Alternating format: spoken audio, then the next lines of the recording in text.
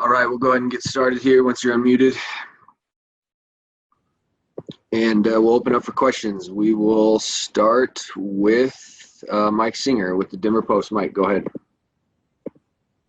Hey, Michael.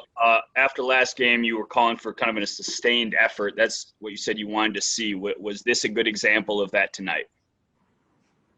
No, I don't think so.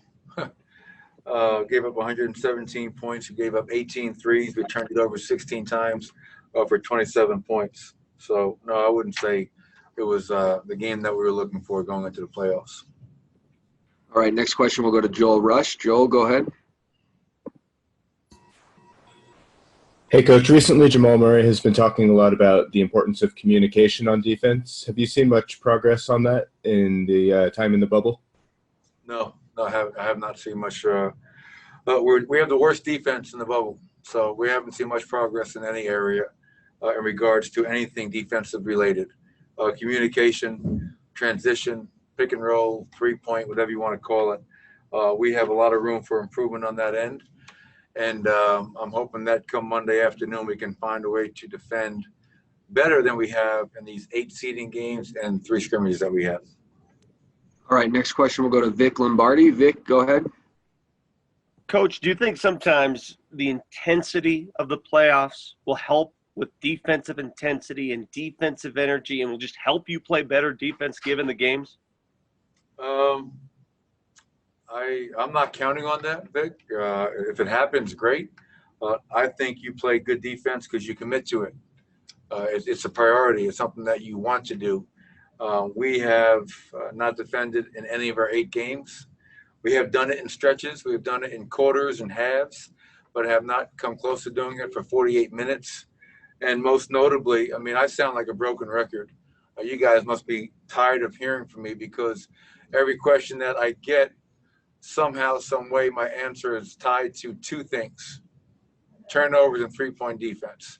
And I'm going to say the same things again tonight. Turnovers and 3-point defense continue to be a huge issue. So are we able to turn it on? I hope so. That'd be great to see. But I think it's going to take our guys really understanding, committing, buying in. If we want to be a team that can even compete in the first round against a talented Utah team, we're going to have to improve our defense in a hurry. All right, next question will go back to Mike Singer. Mike, go ahead. Hey, Michael, in acknowledging those 2 issues, what do the next 2 days look like from a process standpoint? Start preparing for Utah tomorrow. I don't know how much we'll be able to do live on the court, but start going through their plays, their actions, going through their personnel, really getting detail-oriented with all those things, but also watching some film of ourselves. What's given us trouble? Why have we – this is just a common theme, and I'm embarrassed by it. I really am. The fact that every night we're giving up 16, 17, 18 threes is a year ago we had the number 1 3-point defense in the NBA. And right now it's almost comical how bad a 3-point defense is.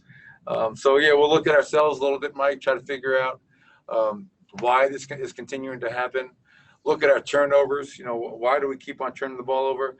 And the funny thing is with the turnovers, the total number of turnovers lately has not been, egregious, but the points that we're allowing, the live ball turnovers, 16 turnovers tonight for 27 points. Who are you going to beat when you do that? So we have to find a way to look at that while also turning the page, focusing on Utah. That's our process as we approach the playoffs, knowing that we play Monday at 1:30 in an early game. All right, we'll go back to Vic Lombardi. Vic, go ahead. Coach, you've been in Utah 3 times, but all 3 games have been great games, last-minute type of games. When you play a team that many times, how much more difficult does it get when you meet them again in the first round? Yeah, I think the unique thing about this, obviously, is a division opponent, to your point, Vic. And I agree. It seems like every time we play them, very rarely is a game, does it not come down to the wire. We know them well. They know us well. No secrets, and a short turnaround time. So we'll have to be locked in. But knowing your opponent so well can definitely help. But we'll see where we're at come 1:30. I just hope our guys understand. I don't have a magic wand.